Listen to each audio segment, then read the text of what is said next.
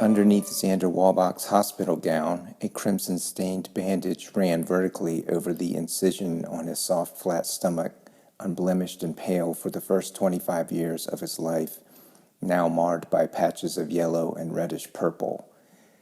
In the background, Pat Summerall commentated over a murmuring crowd while the Falcons played the Vikings on the television mounted on the wall. As Atlanta kicked a field goal in the third quarter, an invisible knife stabbed Zander in the stomach, jolting his resting body into an upright position. He gasped, his hazel blue eyes shocked open, his blonde hair disheveled. The hell was that?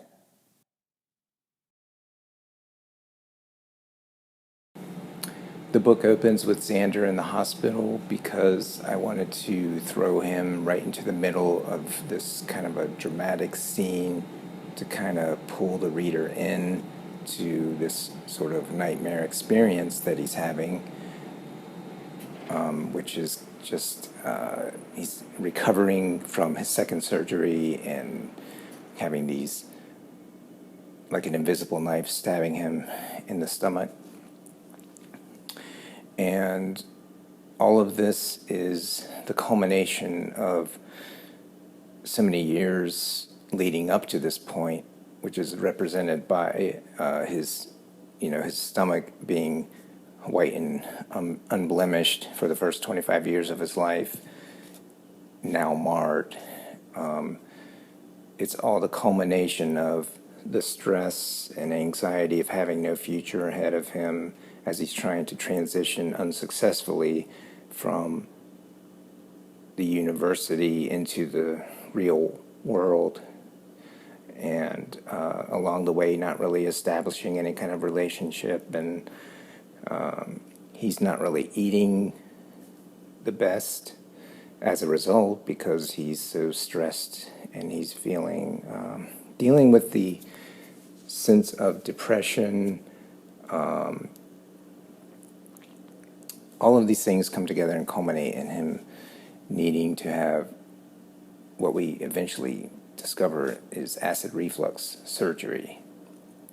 And when you're not eating well and you're stressed, that causes the acid to come up into your esophagus, and that can also lead to cancer of the esophagus, which is what he was warned about leading up to the surgery. So all of these things, these are kind of like psychological, spiritual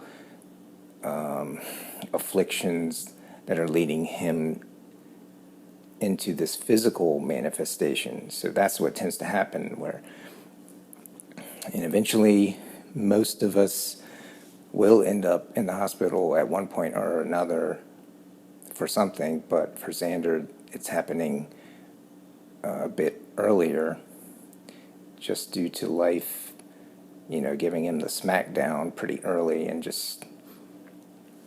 that's why that's why I started it that way.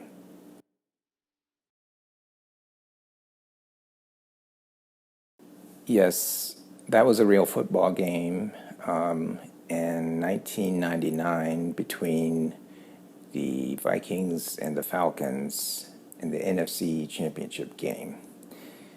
And the reason I put that in there is it just happens to be on the TV, but it's something that's grounding the scene in reality. And this whole novel is autofictional. So a lot of it is grounded in reality also. So it's kind of a blend of fiction and reality.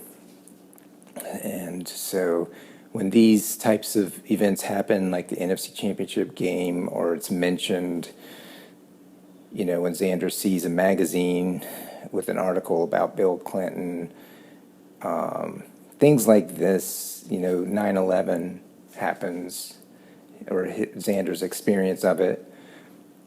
These are all things that have actually happened, and it really grounds the entire novel in a sense of it being real. And part of that is to wanting to give the reader a sense of what it was really like to be Zander, and to ground you in that kind of reality, which is his reality.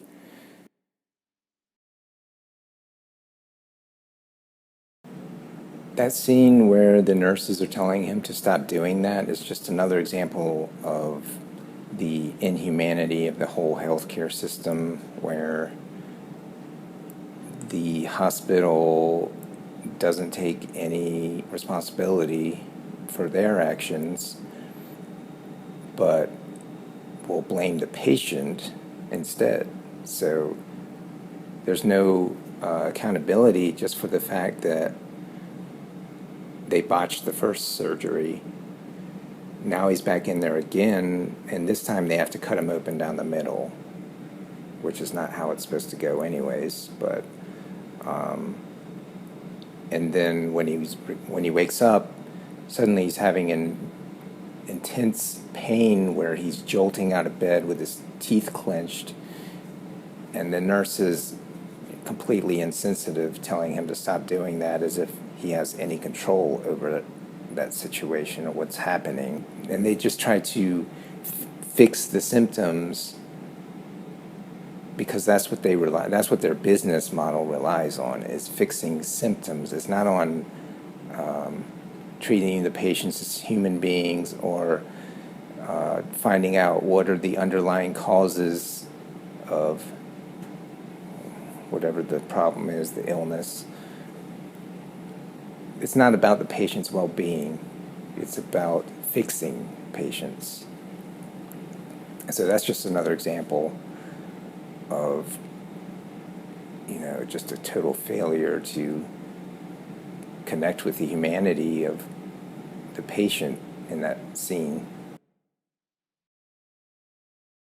The name Superwell is kind of a satire on the corporate and inhumane hospital health system. And in this case, Superwell was almost borderline a monopoly on the healthcare system. It's more of a business. It's just a business where they fix symptoms, and they're, of course, connected with the whole health insurance system. The whole thing is monetized, and it's about what serves the business of healthcare. Then it's not about treating the patients as human beings, or actually caring about them and their well-being.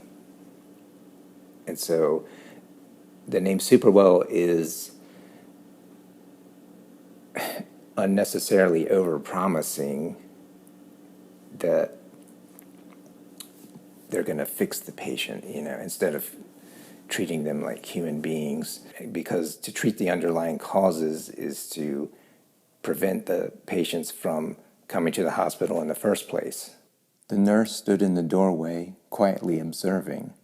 Gradually, his mouth relaxed back into its natural position. The invisible pressure that had been twisting his tongue slowly released its grip as his upper and lower teeth parted. "I think it's working," he said, with a goofy smile. "Good," the nurse said, her eyes smiling as she left the room.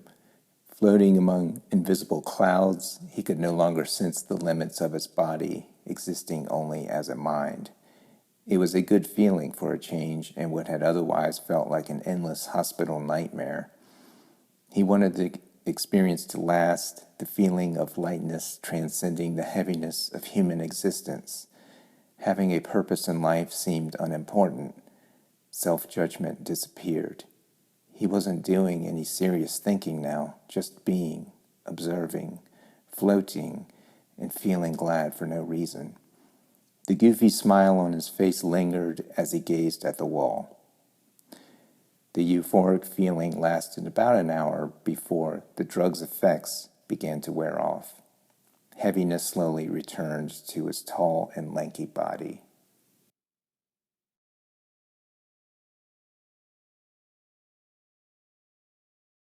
Well, in this passage, it's showing that Xander cannot achieve this state where he is without self-judgment and he feels this lightness of being, and the nagging sense of not having a purpose drops away.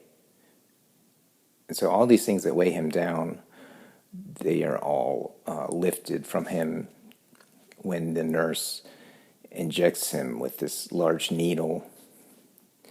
But it just shows that in order for Xander to be in the state, he needs something external to put him into that state. And that could be really anything. I mean, in this case, it's drugs. And, whatever kind of addictions are available in society to help us escape these kinds of the inner turmoil and what I think of as afflictions. So it's really just a foreshadowing of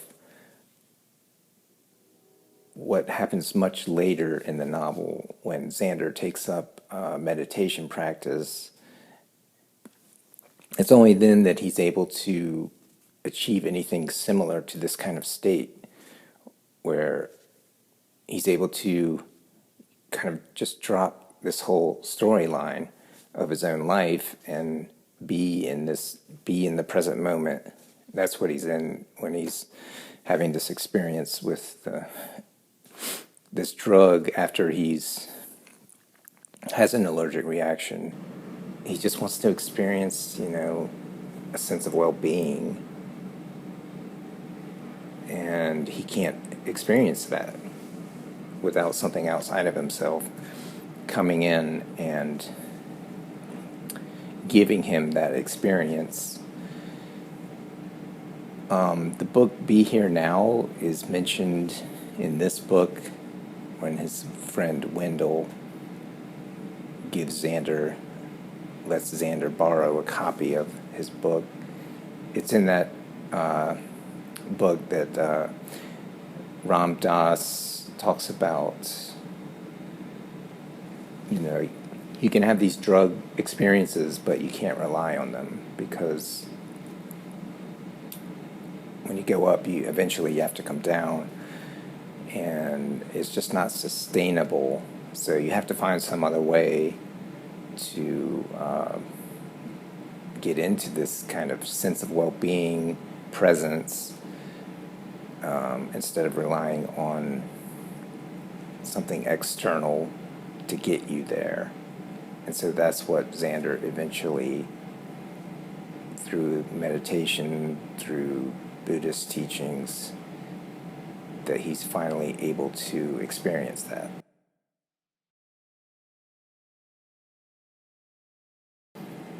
So Xander has this conversation with the medical intern, and it's revealed to him that in cases where people have an allergic reaction to this drug called Reglan, sometimes it causes people to be paralyzed for the rest of their lives. And so Xander is kind of lucky that he only had his tongue rolling over in his mouth and his teeth clenched, and that they were able to fix that with the needle jab. But it just shows the carelessness of the whole operation of the hospital, because the doctor that gave him this drug wasn't even a part of the surgery.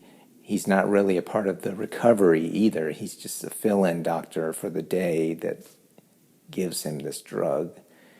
And so I think, again, it just underscores the inhumanity of the whole process. It's just adding to the whole nightmare experience for Xander.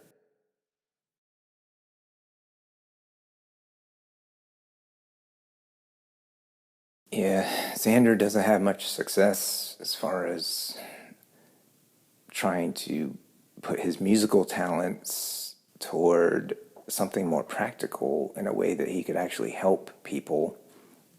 And he goes through a whole internship through the hospital where he plays in the rooms of patients and shows that he's able to connect with them in a real way, and really helping the patient experience a sense of well-being while they're in the hospital.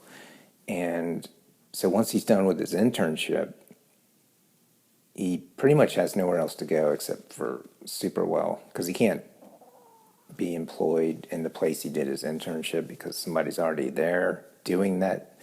And like I said, like Superwell is almost a monopoly, so he doesn't have many choices as to where he could attempt to find some kind of employment as a music healer. He goes through the whole certification process, and yet the person he talks to, the director, says that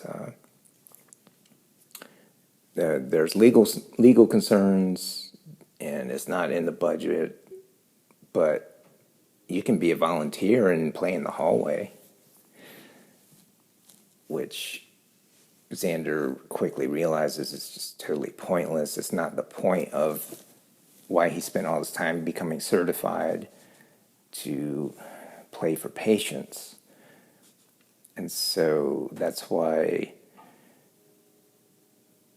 when he finally just is fed up with this whole process and is getting nowhere, he just takes his guitar out back and smashes it against the dumpster. And that's the last time he ever volunteers for Superwell.